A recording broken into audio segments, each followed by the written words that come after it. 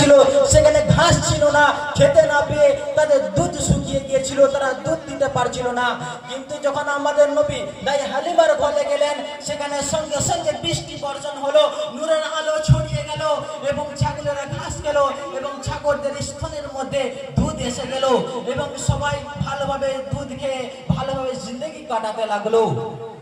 এটাই হচ্ছে আমাদের নবীজির রহমত, আমাদের নবীজির বরকত।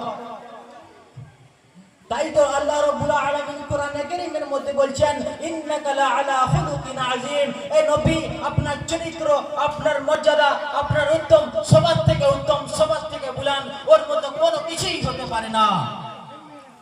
কোন ব্যক্তি যদি বলে আমাদের নবীজি নবী, তার প্রমাণ কি?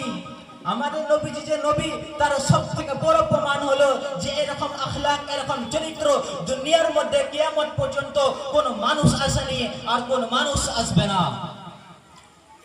দুনিয়ার মধ্যে আমাদের নবীজির চরিত্র সবার থেকে উত্তম ছিল, কারণ কোরআনে কারীমের মধ্যে আল্লাহ রাব্বুল আলামিন বলেছেন, ইন্নাকা লা আলা খুলুকিন আযীম।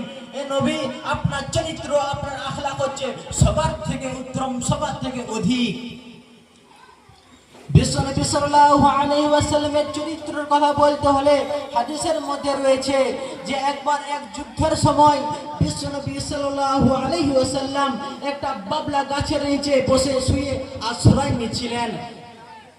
বিশ্বনবী সাল্লাল্লাহু আলাইহি ওয়াসাল্লাম তিনার তরবারিটাকে সাইডে রেখে দিয়েছেন এবং দূর থেকে একটা কাফের দেখছিলেন যে নবী ঘুমের মধ্যে রয়েছে।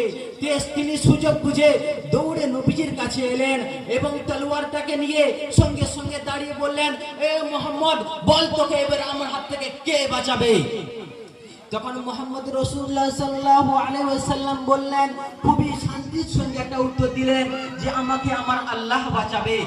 এই কথাটা শোনার সঙ্গে সঙ্গে কাফেরের মুখটা, কাফেরের হাতটা থরথর করে কাঁপতে লাগলো এবং তার হাত থেকে তরবারিটা পড়ে গেল।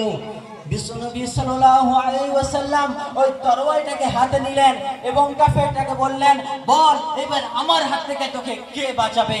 কাফেরটা থতমত খেয়ে বলতে লাগলো, তার মুখের রং চেঞ্জ হয়ে গেল।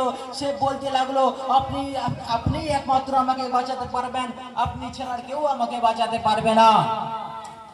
বিশ্বনবী সাল্লাল্লাহু আলাইহি ওয়াসাল্লাম বললেন, তুমি কি স্বীকার করো যে আল্লাহ এক এবং আমি আল্লাহর নবী? কাফেরটা বলল, না, আমি তো স্বীকার করি না। তখন বিশ্বনবী সাল্লাল্লাহু আলাইহি ওয়াসাল্লাম ওই কাফের